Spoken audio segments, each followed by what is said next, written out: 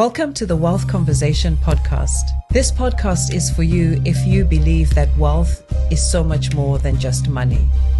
At the Wealth Conversation, we believe that wealth encompasses our physical, spiritual, mental, social, and financial well-being.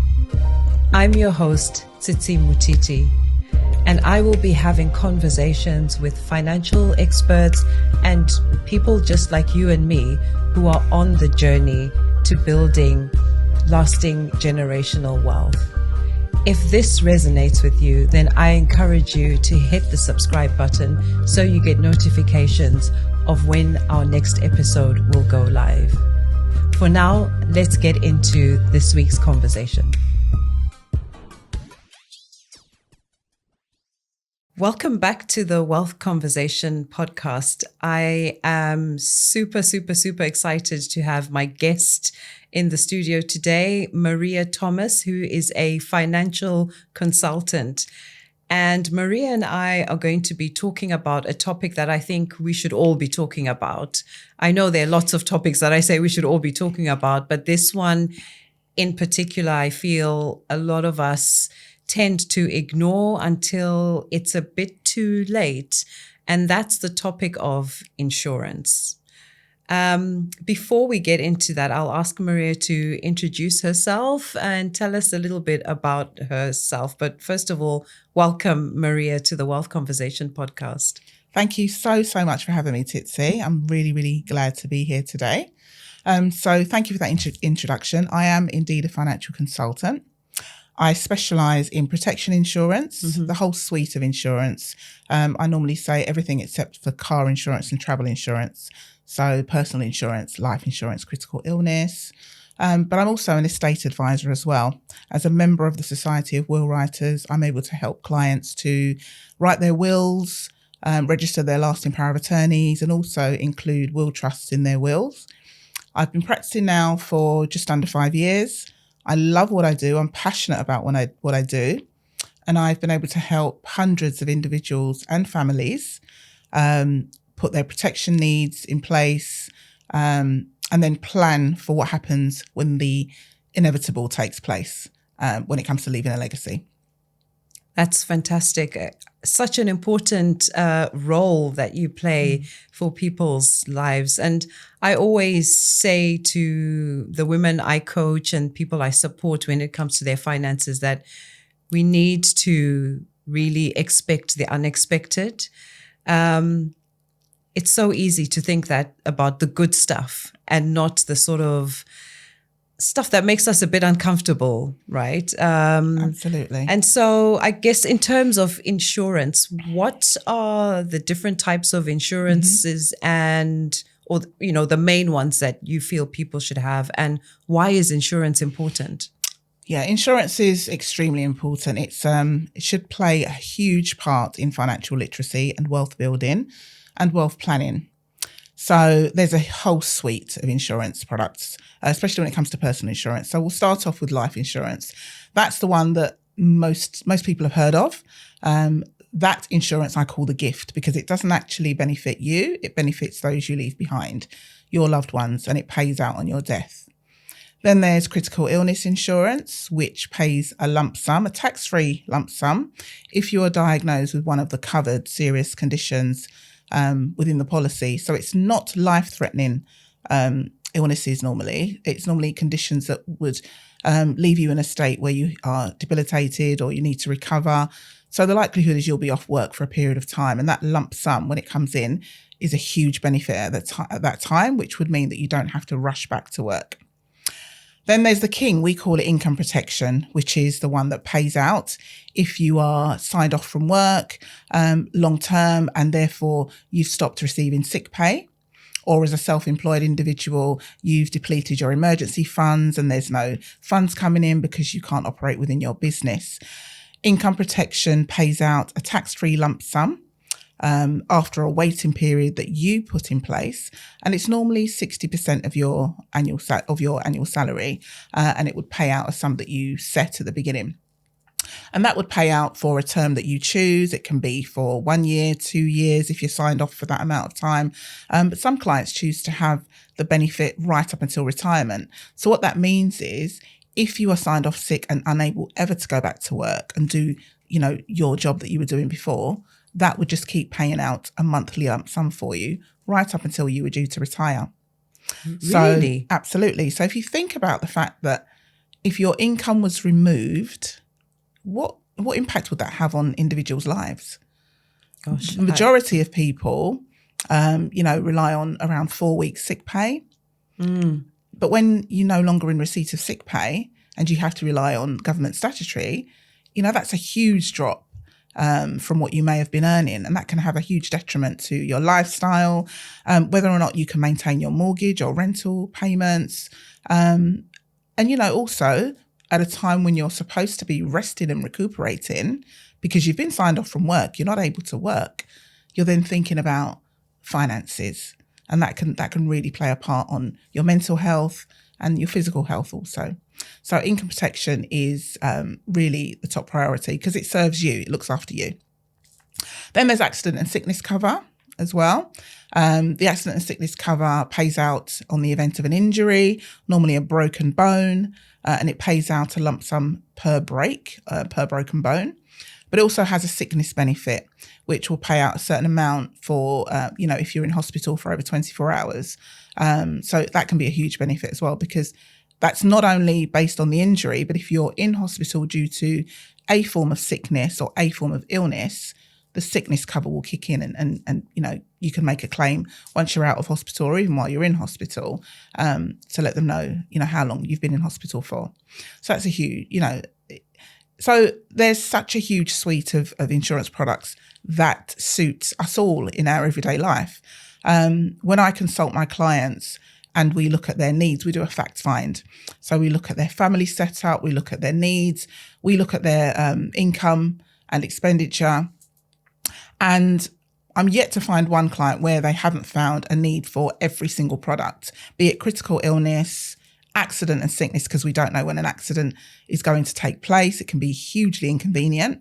And life cover, because you want to leave a legacy for those you leave behind, or you've got a mortgage. So therefore there's a need to have the mortgage paid off, at the end of that loan. As you were talking, I was making a list. I was writing down. So anyone watching on YouTube would have probably seen me writing down. I can see why it's a bit of a minefield for people who don't know, because there's so many. And I'm just, as I was writing the list, I was like, is there any overlapping, which we'll probably get into later? In fact, sorry, Tsitsi, I didn't touch on health insurance as well. Oh my goodness, another one, right? Yeah. Sorry, health insurance is also huge, especially now, because it's taking people so long to make appointments to see a GP. And when they do eventually manage to make an appointment to see their GP, they might have to wait months to be referred for investigations at a hospital. So, people don't want to have that wait. They want to be treated quickly, and they want to be treated in nice surroundings. So that's where health insurance kicks in. You pay a monthly premium to be covered. And then when you need to make a claim, you normally pay an excess, very similar to car insurance. You set the excess. And there's lots of other optional extras, such as worldwide cover, dental, optical care, and also, full hospital cover, allowing you to choose where in the country you'd want to be treated, including central London, which houses the top hospitals as well. So again, that is one that a lot more people are opting to take out, because they're seeing how long it's taking maybe friends and family to be treated at a time when it's needed. And it can have a huge negative effect when you just want to get better and get back to doing your normal everyday life. That's so true. And actually, as I think about it, women are living longer. Yeah. So the longer we all live, the more likely we are to need some sort of critical health treatment. Yeah. So that health insurance is really important. I have one question though. Yeah. You mentioned income protection and you called it the king. Yeah. Why is it the king? Okay, so I think it's clear in the name. It protects your income. What are we if we don't have our income? We're all striving to achieve an objective, whether it's to pay off our mortgage, whether it's just to be successful in business. But ultimately, let's face it, we're earning an income, we're making money. Mm-hmm. And what a lot of clients don't think about, which I help them to think about during the consultation, is what would happen if yesterday you were told that you had no more sick pay come in and yet your doctor signed you off for a further 8 weeks? How would you pay your bills? Do you have enough savings to begin to rely on your savings to pay for your rent or your mortgage, to pay your utility bills? And we all know, we're in a cost of living situation. And when I break things down like that to help people to put themselves in those shoes and to think about, wow, if this happened, actually, I'm in a real dire situation. That's why it's king, because if we're stripped of our income, then most of us have lost our lifestyle. Yeah. Wow. That is so true. Yeah. What are some of the misconceptions that people have about insurance? Good question. And unfortunately, there are a few, but the main one is insurance doesn't pay out. I've heard that. Yeah, a lot. We've all heard it. Yes. I'm going to be paying these monthly premiums, and when I need the insurance to pay out, it's not going to pay out. Mm-hmm. Now, just personally, I've always been, driven to be, I've just got a protection mindset. I've just got a precaution mindset. And, I always like to review scenarios personally. So I haven't never really got behind that statement. Mm-hmm. And when I became a protection advisor, that is one of the things that I really wanted to debuff. So I asked a lot of questions. So what I'd like to clear up today is the 4 main reasons why an insurance policy wouldn't pay out.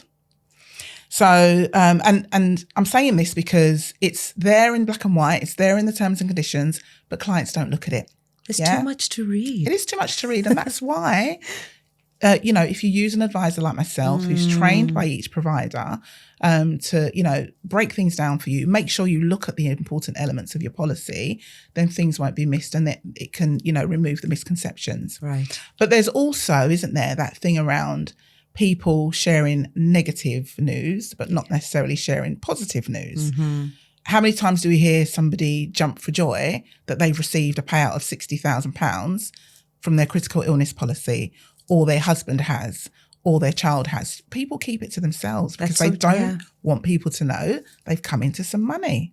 So here we are left with a negative. Okay, so why wouldn't an insurance provider pay out? So the main 4 reasons are a missed medical disclosure, whether that's done on purpose or because the client forgot to mention that they have a particular ailment or, illness or some form of medical disclosure that they've forgot to mention at the time of applying for that policy. If that comes up at the time of a claim, then the likelihood is the claim might be rejected or might be reduced. Then you have suicide in the first year. Most life insurance policies state that they won't pay out as a result of suicide within the first 12 months. Again, that's something that not a lot of people are aware of. Then you have when it's a non-claim. So a client believes that they are covered for a particular illness. Let's say cancer. Mm-hmm. So they believe that they're covered because they have a form of cancer. And at the time of claim, when the claim documents are sent off to the provider, it turns out that their cancer is not yet graded. So it's an in situ or, it hasn't quite developed. That's quite unlikely, for the claim not to be paid out. So as an advisor, whenever a client takes out critical illness, I make it really, really clear to them what they're covered for. So it's cancer of specific severity, heart attack of a specific severity, stroke of a specific severity, so that they're not believing that, I'm covered for all types of cancer, even, the smallest melanomas and so on. It's really important that they understand that, what they're covered for. And then lastly, it's fraud. So let's say, for instance, in the unfortunate event that, let's go there, a spouse kills murders another spouse, thinking that they can claim on the life insurance. Well, when investigations are carried out, that's fraud. So the insurance company isn't going to pay out. But they are the 4 main reasons why an insurance policy doesn't pay out. And when clients choose to take out their own policy by going on comparison sites and not necessarily using an advisor like myself, who is an expert, they can sometimes make mistakes and errors on their application forms, not declare certain medical conditions, and that's where issues can arise when it comes to claim. That's very interesting, because there are a lot of adverts out there where they're just saying, start your insurance today, save for the family or protect your family, which is great, because I feel it's bringing that awareness of insurance and the importance of insurance, and potentially how that insurance can help protect not just yourself, but the next generation. Absolutely. But you've raised a really good point that for most of these, the application process is simple and straightforward. But what that potentially means is that things get missed out. People aren't paying attention. And then when they get to the claiming part, they get caught out by some of those issues you've mentioned just now. Yeah. It's not unusual as well for some policies, especially income protection and critical illness, that the provider will request a medical report from the GP just to do like a double check to ensure that when the application was submitted, that everything that needed to be declared was declared, and so that they can make an adequate risk assessment when they're underwriting. So as an advisor, I make it really, really clear and explicit to clients when we're doing the application that they must declare any medical conditions to me, even ones that they're not sure about. And to be fair, the applications lead to asking quite evasive questions about physical health, mental health, and lifestyle. So it does make it difficult to make those mistakes. But let's face it, there are some people who know that if they declare that they're a smoker, they're going to pay more expensive premiums. So they might believe that by not declaring that and paying cheaper premiums, that's going to be fine. But at the time of claim, if it's found that they are a smoker, it's not likely to pay out. And what's the point? They've wasted their money paying those premiums for however long they've had the policy. They've wasted their time. And that I've wasted my time as well. So it's really, really important that clients have a full understanding that it's so, so detrimental to be truthful. Yeah.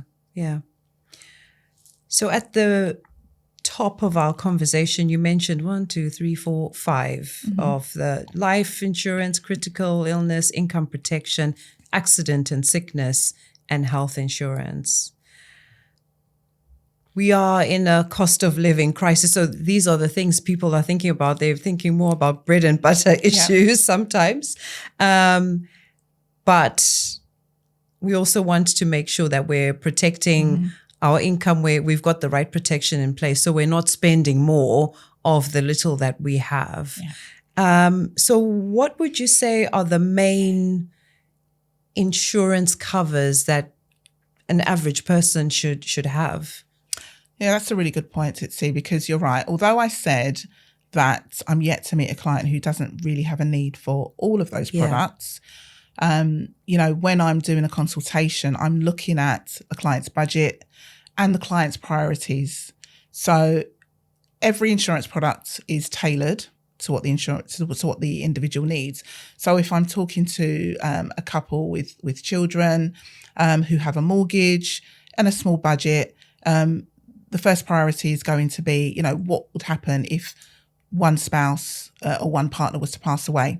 So we're looking at protection, life insurance that's going to pay off the mortgage. And if it's a decrease in cover, which means that the mortgage amount, the amount that you're insured for reduces along with the mortgage payments, then that's a fairly inexpensive policy.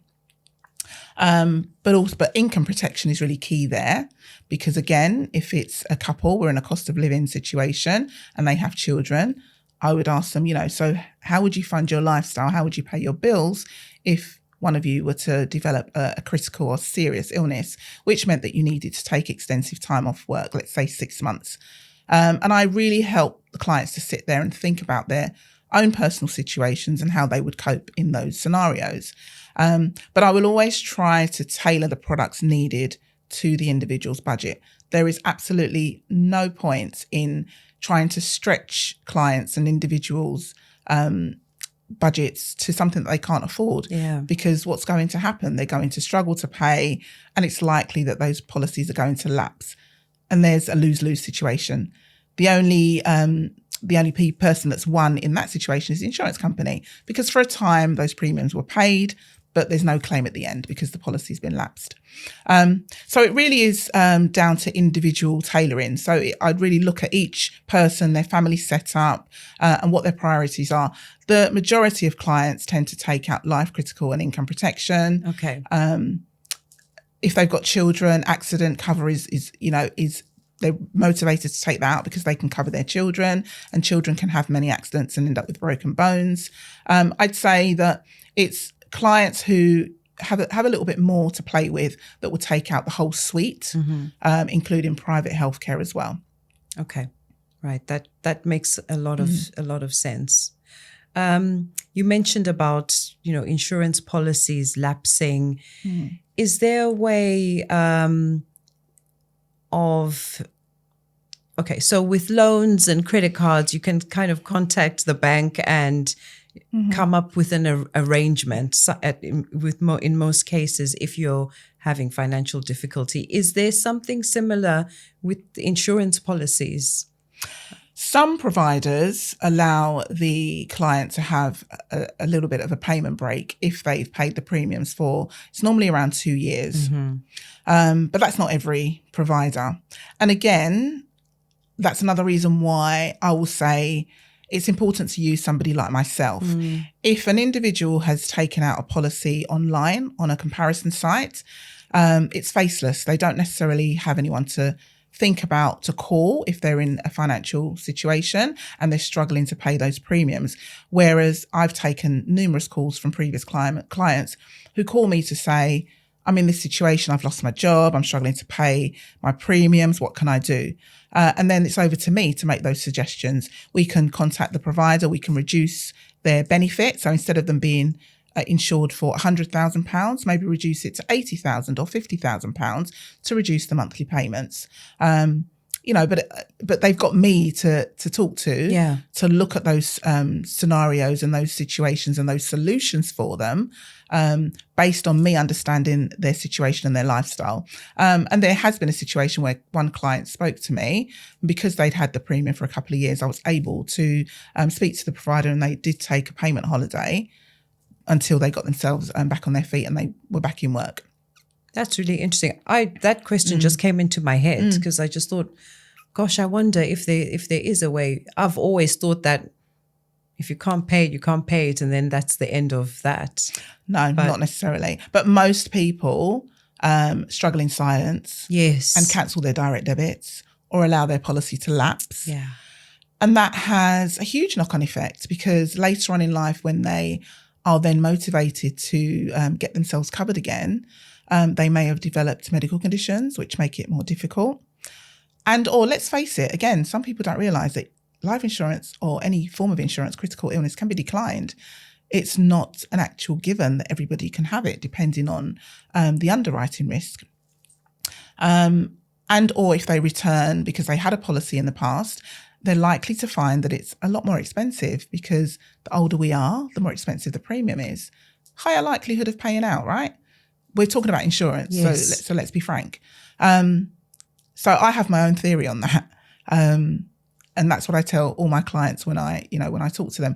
It's important, if we have young people, to encourage them to be insured from age 18, in my opinion. I was about to ask you that question. When should someone start getting insured? And it's actually a presentation that you did, which is why you're here today, where you made that statement that from the age of 18, start paying for insurance, because it's the cheapest you'll ever get it. Absolutely. It's the cheapest it's ever going to be, because that's the beginning of when you can get it. You're never going to be that young, fit and healthy. So that's what I advocate for. taking life insurance or critical illness out when you're 18, when you're fit and healthy, at an amount that you can afford. Now, insurance can have a third-party payee. So there are many situations where adult children will take out policies for their mature parents because, there's a lack of affordability, or they just are motivated to know that there's going to be a time when they've potentially got to pay for a funeral, right? Parents can take policies out for their children once they arrive at age 18 because maybe they're not in consistent employment, they can't afford those premiums. But yeah, absolutely, it's the cheapest it's ever going to be. And you can take insurance out from age 18 to cover you right up until age 90. Now, yes, your circumstances are likely to change. You might end up cohabiting, getting married, having children, but you can increase on the original policy that you've taken out, or you can take out additional policies based on what's happening in your life at that time. It's not unusual for clients to have more than one insurance policy because they've started off quite young, and they've just kept on getting insured based on their personal circumstance. That is so interesting. And I think a lot of people don't realize that is one hack to insurance that means that you're covered for a long time. Absolutely. And potentially helps. It's a saving in the long run. Yeah. Because the cover is there for that unexpected event, which you might end up having to pull all your savings and then get savings from family and friends as well. Yeah. That's not uncommon, is it? I have two adult children, two sons. And, I made sure that they got themselves covered as soon as they could. Not because I ever wanted to think about the inevitable happening, but I just knew it was never going to be that cheap. And they have policies that are extremely affordable because of the age that they took them out. And, yes, I'm mum, and I made sure to say to them, never lapse that policy. Yeah. Make sure that you keep paying for it. Because the majority of people arrive at thinking about insurance either when they've had children, they start cohabiting potentially, and maybe somebody speaks to them about that being a need. But it's normally when they're taking out their first mortgage, right? Yes. Now, let's think about that. Why is it that people arrive at thinking about needing life or critical illness insurance when they're taking a mortgage? That's because the mortgage broker, who's acting on behalf of the lender, has said you need to take out life insurance or critical illness because if you die, there is a debt that needs to be repaid to that lender. But what's the biggest commodity? What's our most important factor? Is it not our own lives? Is it not our families? Just as the mortgage provider needs to be paid off, doesn't there need to be a lump sum left for our families to maybe pay off our debts or to pay for our funeral or to leave a legacy, let's say, to build wealth? So, yeah, I really want to change that narrative around, having it simply to pay off a mortgage or when you start cohabiting. There's definitely a need in advance of that. And that would be when you arrive at 18. Yeah. I'd love for us to talk about the building wealth aspect of things, as I feel like we might be reinforcing the idea that insurance is just about the negative or the unexpected. But what ways do you help your clients, or what ways have you seen people using insurance to build wealth? So I'd say mainly because insurance is tax-free. I say that quite loosely because it's tax-free if your life insurance policy is placed in trust. Okay. And I always advocate that a life insurance policy should be placed in trust at inception. So if it's placed in trust, it sits outside of your estate for inheritance tax purposes. So that's one way of ensuring that those, your beneficiaries can receive their wealth, quickly, avoiding probate and without it being tied up.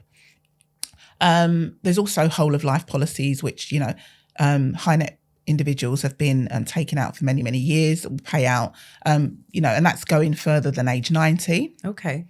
We have business owners who might take a business life insurance policy, a relevant life, that on death would pay into the business to avoid the business, having loss of profit or having debt that might need to be funded from their estate. So yeah, I'd say, that's the main reason. I'd say to avoid the inheritance tax. Or I've had clients who have taken out life insurance because they know they have an inheritance tax liability and they want to avoid their loved ones having to pay for that out of their estate. So they've taken a policy out solely for that purpose. Yeah, yeah.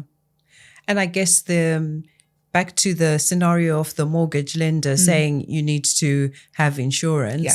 Your insurance is making sure that your debts are paid so that the family that you leave behind are not having to sell assets, for Absolutely. example. Yeah. Sell the family home because the mortgage can't be paid. Yeah.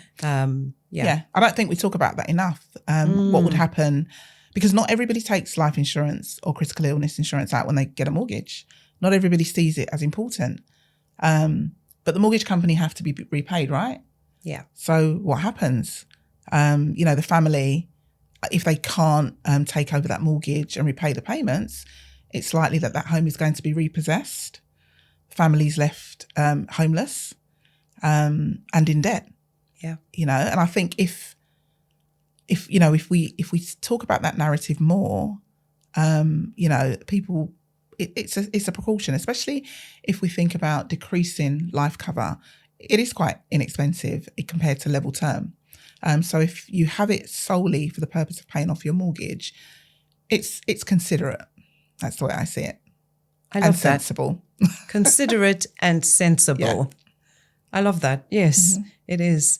I have seen so many scenarios where people haven't thought about the unexpected, and it has really been traumatic for the family at the time when they're trying to sort things out. And it's not just the nuclear family, it goes on to the extended family, because obviously people are trying to help. But then people are also asking a lot of questions like, why didn't she do that? Or why didn't he do that? Or, because when you're alive, you are living your life and you seem like you've got it all together. Yeah. And it's when you're not there that all the holes are exposed. And I think one thing that people think about is, there's tomorrow, I'll do it tomorrow.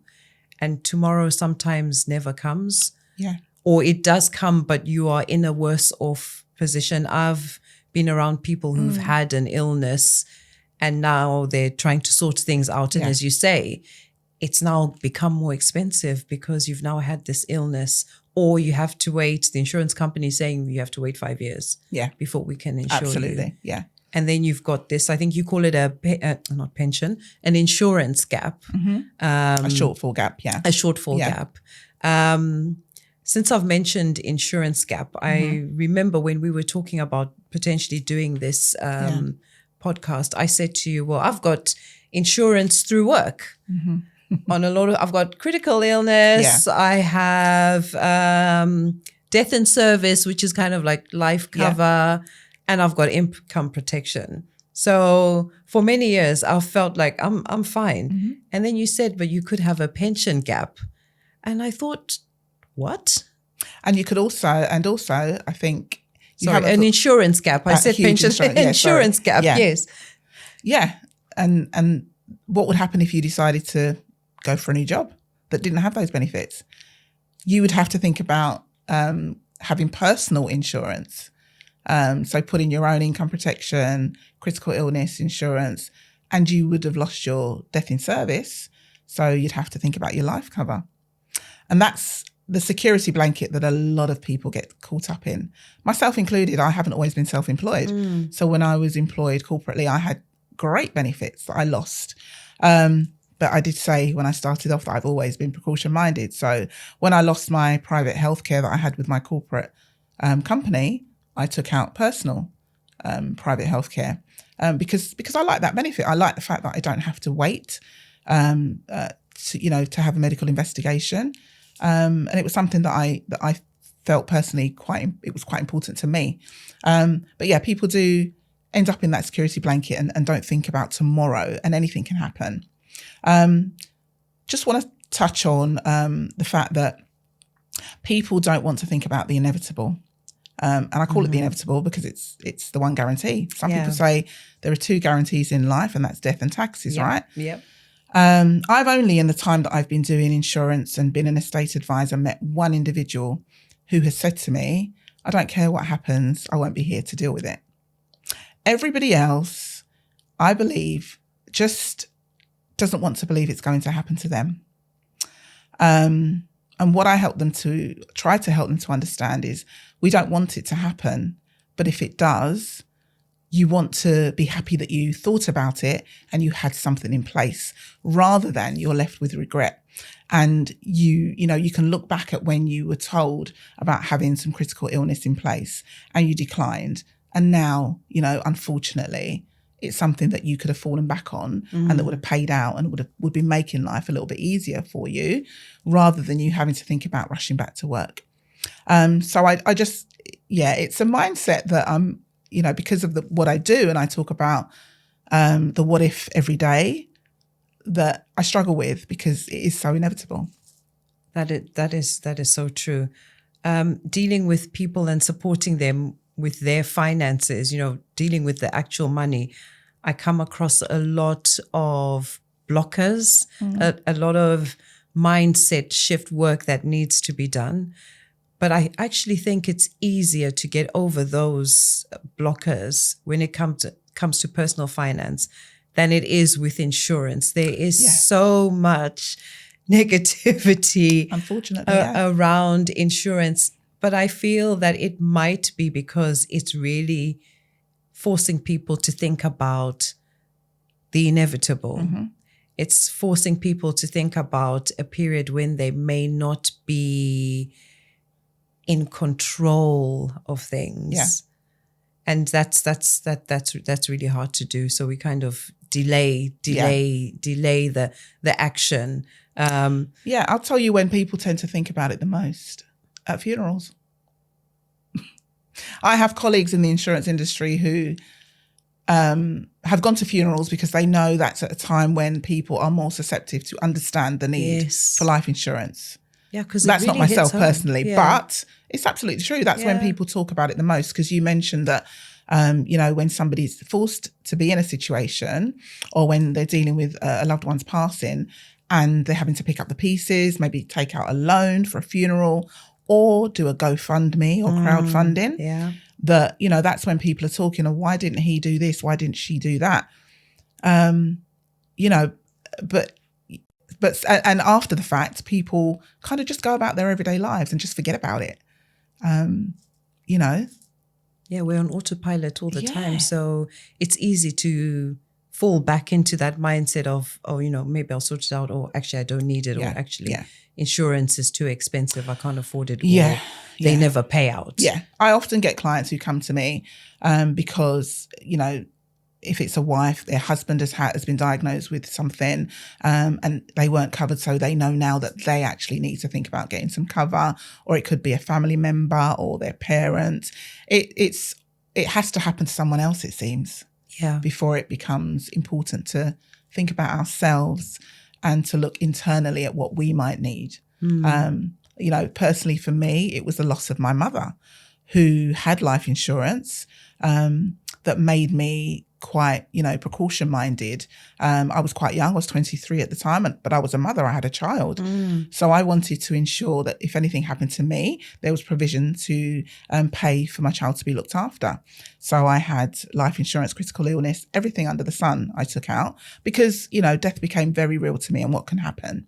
But I talk about life insurance and my mother's policy as a positive because she left a legacy for myself and my siblings based on that gift, which has gone on to create more wealth. That's phenomenal. And very interesting that your mother at that age, she's from a generation that's much older than us, had that foresight to do that. And you're reaping the benefit. I'm sure your children are reaping the benefit. My children's children. Wow. Will reap the benefit. If there is one reason to have insurance, that's that. Because I feel a lot of people are struggling with that concept of how do I leave a legacy? And actually some insurance policies, I guess the life insurance is more like I think of it as a long-term savings plan, which you pass on to the next generation. Yeah. And that's how I believe wealth is created. If you think about we don't want to think about the inevitable. We don't want to think about our loved ones passing. But if in, our grief and turmoil, we can appreciate that they took the time to be considerate and leave a gift to change the trajectory of their children's lives, allowing them to potentially have a mortgage, a deposit for a mortgage, to live a lot easier, to pay for educational fees, whatever it may be, that can maybe turn that pain to purpose, let's say. Indeed. Yeah. So. Yeah. And I've been on that other side where I've looked after that money that's been left as a legacy, with specific rules and parameters to it, that it's supposed to be, it falls into a trust where, it can only be used to pay for school fees for these named people or the children of whoever, of the deceased children, so the grandchildren. And then after that, a lump sum gets paid off to whoever's left behind after all the grandchildren have finished school. And it's phenomenal to see that someone who probably passed away 20, 30 years ago, 40, 50 even, is supporting their family in that way. And it does so much for the people who are left behind. Definitely. Because they can then focus on really building that wealth even further and doing so much more. That's fantastic. I love the story about your mother's insurance policy. Yeah. I want my daughter to say that about me. I just want us to dial back to what we were talking about, when I mentioned the pension, I keep saying pension, insurance, insurance gap. And this thing about people who are employed have got these benefits, but there is that risk that if you do lose your job, or if something happens, you won't have those benefits. So how can you make sure that there's a smooth transition, or what should we put in place to make sure that if we lose our jobs, or if we change jobs, or if we feel we want to take a break from work, what would you suggest would be some of the ways we can have a smooth transition and make sure that we are covered just in case something happens? I think it's simply just recognizing that what you have while you're working is a work-related benefit. And it's a benefit for as long as you are there. If you decide to leave, those benefits are lost. So putting it in place for yourself personally, so having your own personal life insurance policy, critical illness policy, or private healthcare. Personally, for me, I was really sad about losing my private healthcare benefit, that when I was working my notice, I had a 3-month notice period. I was already looking at the options to have something similar in place once mine stopped, once I was no longer an employee. So it's just people recognizing that those work-related benefits are only for a time, or as long as you're there. And the likelihood of somebody being in a job for life nowadays, that doesn't really exist anymore, does it? Yeah. People move around. And yes, you might move somewhere with greater benefits than what you've had. But if you ever wanted to take a career gap, let's say, you might lose those benefits. Or if you decide to stop working or retire early, then those benefits would be gone. That's actually very interesting. My daughter is actually planning on going back to university. So she's going to stop working. Okay. That's I need to have a chat with her. We'll be making an appointment, No problem. Maria. No problem. I'd never, ever thought about that. But actually, those are really key scenarios. Yeah, it's an employee benefit. Yes. You're only entitled to it while you are an employee. And I think that's the security that people kind of end up forgetting about. Yeah. Are there any particular stages? I know you mentioned that as soon as someone turns 18, they should get insurance. But are there any particular life stages where we should really be thinking about insurance besides getting a mortgage? Because we're sort of forced to do that. Yeah, I'd say cohabiting. Okay. And definitely having children. Okay. Yeah. And again, that's normally when people arrive at maybe the idea that maybe they should get something. I was the person in my family who, you know, even before I came into the industry, and that goes back to, you know, the situation with mum, that I would, you know, saying to the younger generation in the family, have you got life insurance? You've got children. You know, what would happen if you passed away? What are you leaving for your children? So yeah, definitely when somebody becomes a parent, you may not have a mortgage, but you're cohabiting. So somebody has a reliance on you paying for a share of the outgoings. So have you thought about what would happen if you were no longer there, and therefore able to contribute? So I'd say they're the main scenarios where people think about it. Okay. And you mentioned as well about knowing that there's a gap when somebody has either maybe never had insurance, but they've had a particular illness, serious illness, or they've had insurance and their insurance has paid out the lump sum, and that means that the insurance policy is then ended. And there's normally around a 7-year wait for you to be insured again. Oh, okay. Once you've had a payout based on the type of illness. So I would say, you know, then definitely as soon as they're able to. I within the firm have insurance solutions that I'm able to help clients with if they fall into that situation. Non-underwritten life and critical illness products that will allow them to be insured even though they have had a serious illness. It may exclude if they develop that illness again, but at least they'll be covered if anything else happens. That is so interesting. I had no idea about that.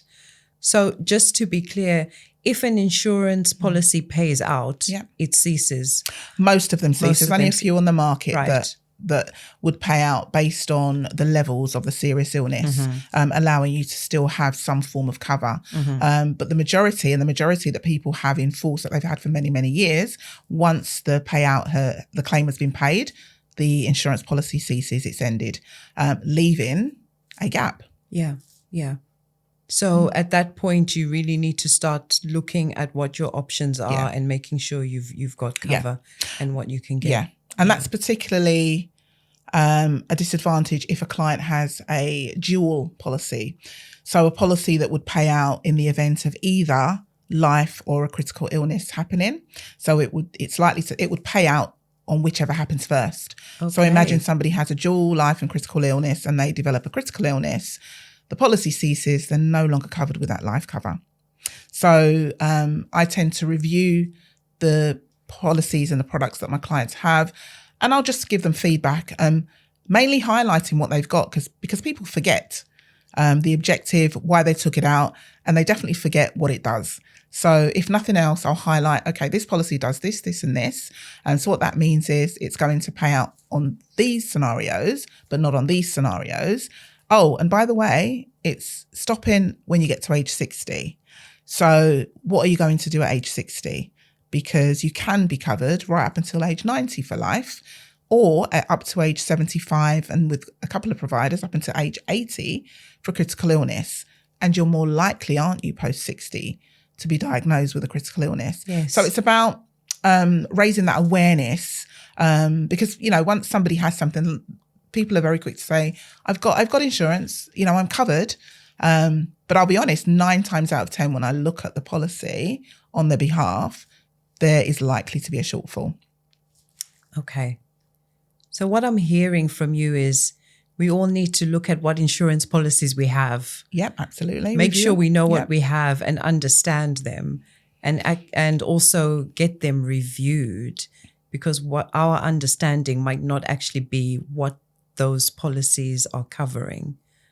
Yeah. Because if I think about, even though I've got cover through work for a lot of things, when they send through the renewal documents, it's normally a PDF. I just scroll through the thing, look at the headings, and that's it. Yeah. So, that's not my zone of genius, reading long documents. And that's the majority of people. I'll be honest, most people can't. Most people feel a sense of comfort and have peace of mind that they've got some cover. Yeah. And they've put it in a drawer somewhere. They don't look at it. It's only when maybe they've contacted me because they wanted to do their will or their lasting power of attorney. And I will say to them, okay, because we're doing your will, we need to look at your net worth and your estate value. If you have life insurance, I need to know if it's been placed in trust. Let's have a look at it. Let's have a look at what you're covered for and see if there's a need.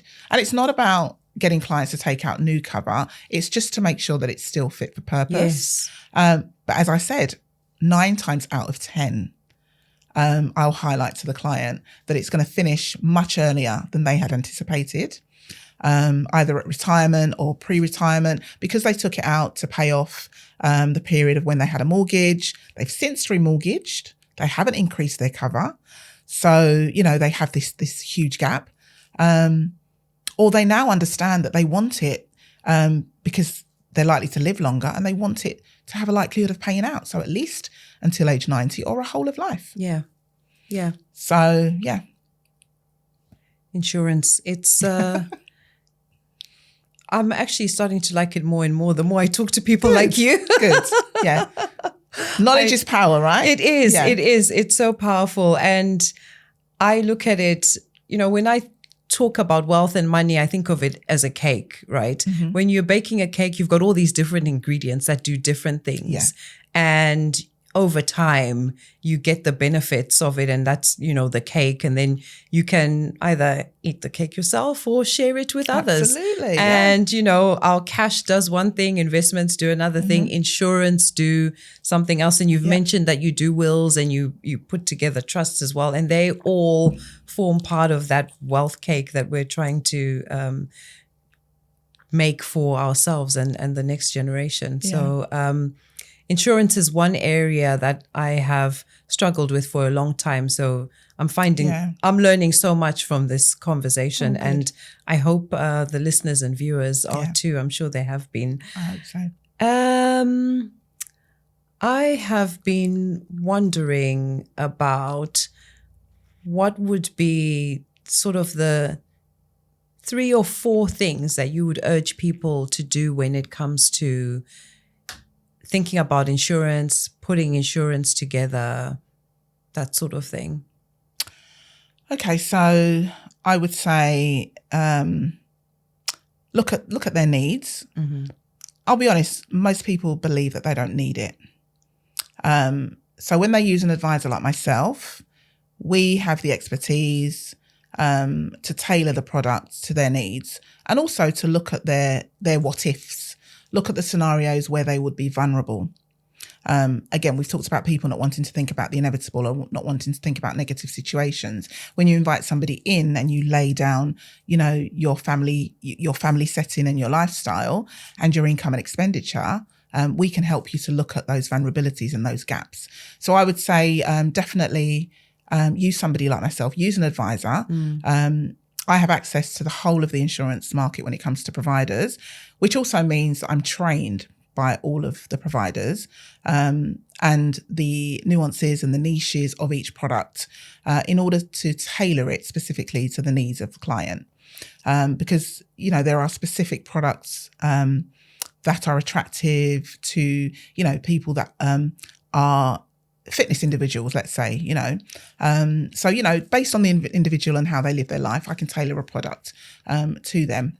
So I would definitely say use an advisor, use an expert in the field. You wouldn't take the car to the garage, park up and look under the bonnet yourself, and then ask the mechanic to pass you the spanner because you know what's wrong with it. You would ask the expert, right? Yeah. It's the same with insurance. It's the same with wealth, isn't it? I've been trained. I've helped hundreds of individuals to put, policies in place that make a difference to their lives and helped many clients with their claims as well. So ask an expert.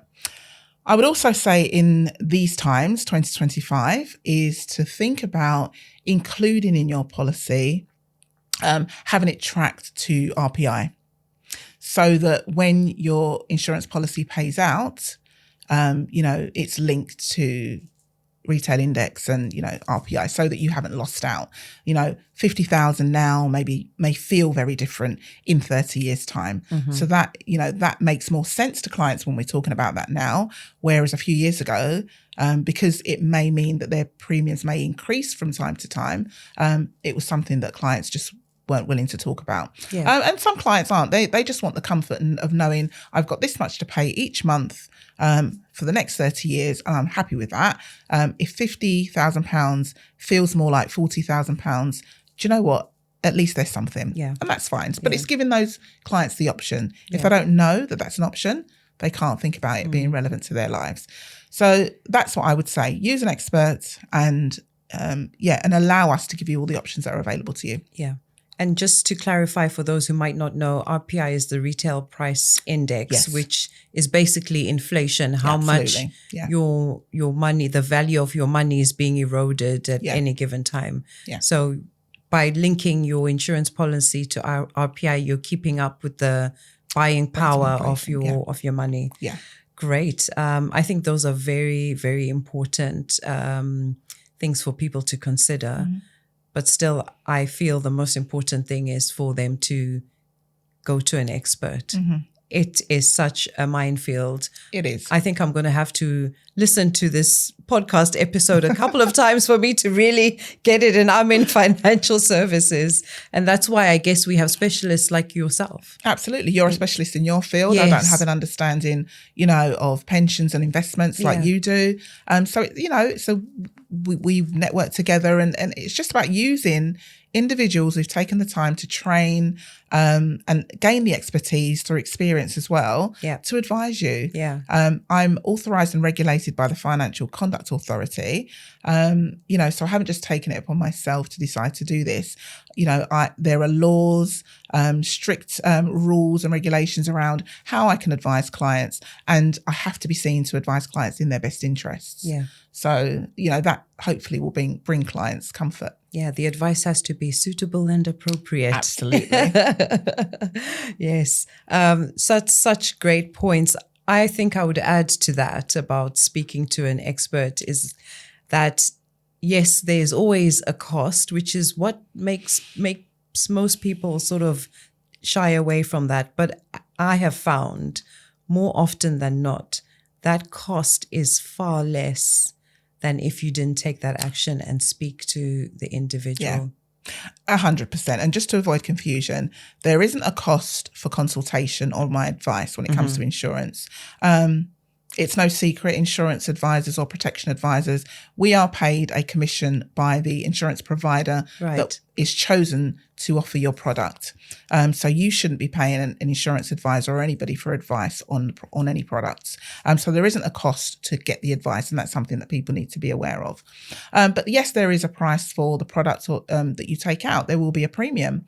But that's why we take the time to have a look at your income and expenditure, have a look at your affordability.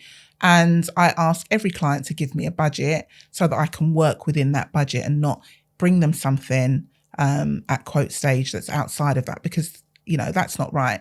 If they've told me that's what they can afford, I'd come to them and present something to them that they can afford. It's normally at that time when clients would say, okay, I can actually pay a little bit more. Let's look at this. Because they now have the awareness and the understanding of how insurance fits into their life. I've proved to them that they can have some form of cover within their budget. And that's when they say, actually, okay, that's great. But now I've thought about it, I might want to have a little bit more. Yeah. Yeah. And in my mind, I only have one child, and I'm just thinking, well, if I've got a life insurance, I can then enjoy my money whilst I'm alive, because I know she's going to get. That's a really good way of looking at it. Yeah, that's what I'm in a selfish way. She's She's gonna get that money from the policy. Yeah. I hope she's not listening to this. I mean, we talked. Sorry, we just coming back. We talked about insurance shortfalls. But I have been known to review clients' policies, and they're paying for something that they don't actually need anymore. Okay. So it's they've got a policy that's like 200,000, and actually they no longer need that because their mortgage is paid off, and so on and so on. So it's not always the other way, getting them to spend more money. It's getting them to look at what they need at that time. So just to put that out there as well. That is very interesting. And thank you for mentioning that, because I guess we all need that sort of pension review. Here we go again. My life is all about pensions. Insurance review. Yeah. To make sure that, yes, you're not paying too much. Yeah. and you're not paying too little, and that you're covered for all the right things. Absolutely. And that your cover is suitable for your circumstances today and the future. Definitely. Yeah. Yeah.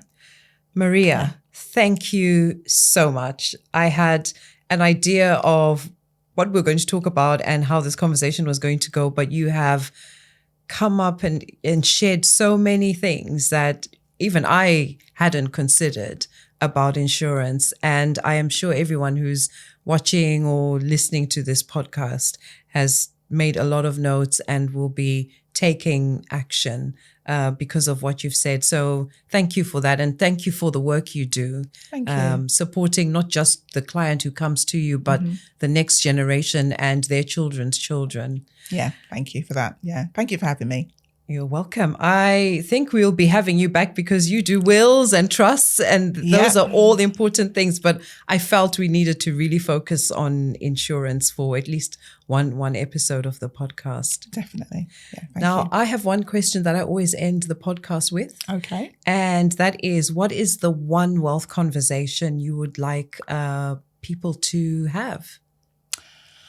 Okay, that's quite an easy one for me because it's something that I like to implant with my clients, whether I'm dealing with their insurance or I'm looking at their estate. I'm going to look at the camera to say this, and I'm going to say, I know that we don't want to discuss the inevitable, but have the conversation with your family at least once, or take the time to think about the what if. Use somebody like myself, an advisor, who can help you look at the what ifs and try to plug the gaps that you might have. So I would say let's just accept that the inevitable is going to happen, and just take some time to be considerate of it and think about maybe some changes that you might want to make. I love that. Such an important conversation to have. Yeah. And I've found that when people have had that conversation, it's so much easier to make decisions. It's so much easier to focus on the here and now, because you've kind of talked through what needs to happen when the inevitable happens. Yeah, absolutely. Thank you again, Maria. I will definitely be calling you back to the Wealth Conversation podcast. I'd love to return. Thank you, Tsitsi. Thank you for welcoming me.